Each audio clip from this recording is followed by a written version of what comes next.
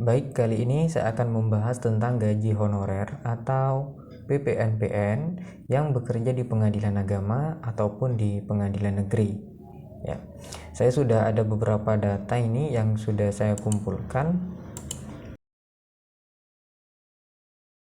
Perlu diketahui juga bahwa honorer di pengadilan, baik itu pengadilan agama ataupun pengadilan negeri, itu terbagi menjadi 3 status. Yang pertama yaitu honorer sebagai pramubakti statusnya. Yang kedua satpam, yang ketiga pengemudi. Jadi ada 3 ya, ada 3 status honorer di pengadilan agama atau di pengadilan negeri. Nah, kemudian secara umum ini honorer juga ada honorer yang kita sebut biasanya itu ada honorer DIPA dan ada honorer non DIPA.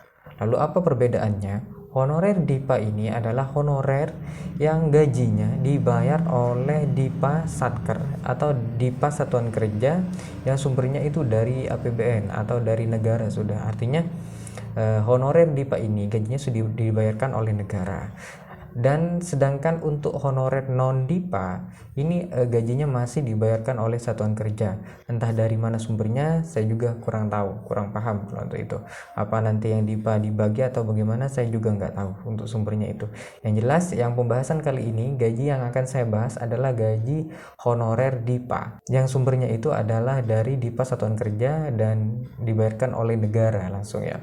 Ini saya sudah ada 11 data di sini, termasuk PA dan PN yang sudah saya cari melalui Google tentunya. Kalian juga bisa mencarinya nanti karena ini sangat bermanfaat bagi kalian yang ada keinginan ingin bekerja di pengadilan agama atau pengadilan negeri dan yang ingin mengetahui berapa sih gaji honorer gitu ya kan. Nah, jadi kalian bisa mencarinya di Google. Nanti cara mencarinya yaitu adalah dengan kata kunci, tulis saja di pencarian Google itu rincian kertas kerja Satker tahun anggaran 2022 pengadilan agama apa gitu ya. Nanti itu akan muncul PDF-nya. Contohnya nanti seperti ini yang saya tampilkan ini contohnya seperti ini. Kemudian kembali lagi ke data, ke tabel yang sudah saya cari tadi di Google. Ini ada 11 data PA dan PN. PA-nya ini ada 6 PA yang sudah saya ambil, yang sudah saya lihat gajinya. Kemudian ada 5 PN pengadilan negeri yang sudah saya lihat juga penggajian honorernya. Oke. Dari sini kalian sudah bisa lihat secara umum gaji PA dan PN mana yang paling tinggi sudah bisa terlihat di sini ya. Sudah saya buatkan grafik ini warna kuning juga nih. Dan yang paling rendah ini juga terlihat. Kemudian saya juga tambahkan di sini icon sinyal ya.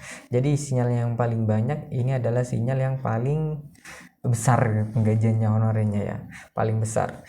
Kalau di data yang saya ambil di sini, yang paling besar ini adalah di DKI Jakarta, di mana pramubakti sendiri gajinya sudah mencapai Rp4.858.000 ya, 4.800.000, hampir 5 juta. Kemudian yang satpam dan pengemudi ini gajinya sama, yaitu sebesar 5.344.000. Ini sama. Dan memang 3 status honorer ini antara pramubakti, satpam dan pengemudi ini gajinya memang tidak sama teman-teman. Jadi satpam dan pengemudi ini gajinya pasti lebih tinggi daripada pramubakti ya. Kemudian untuk Jawa Timur itu untuk pramubakti 3.759.000, 3.700.000.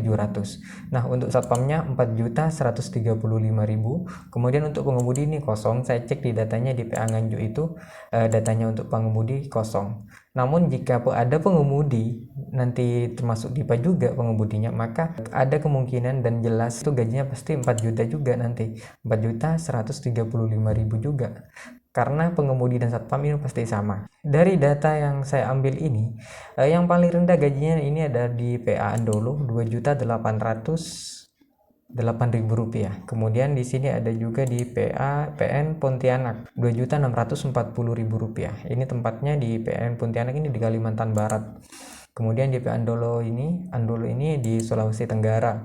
Kemudian Jawa Tengah ini sama dengan Jawa Barat, penggajiannya itu 3.700.000. Untuk Jawa Timur ini lebih tinggi, penggajiannya Jawa Timur lebih tinggi daripada Jawa Barat dan Jawa Tengah.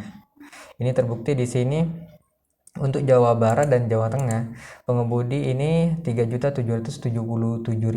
Sedangkan di Jawa Timur, karena pengemudi dengan satpam itu sama, itu pasti gajinya untuk DIPA 4.135.000.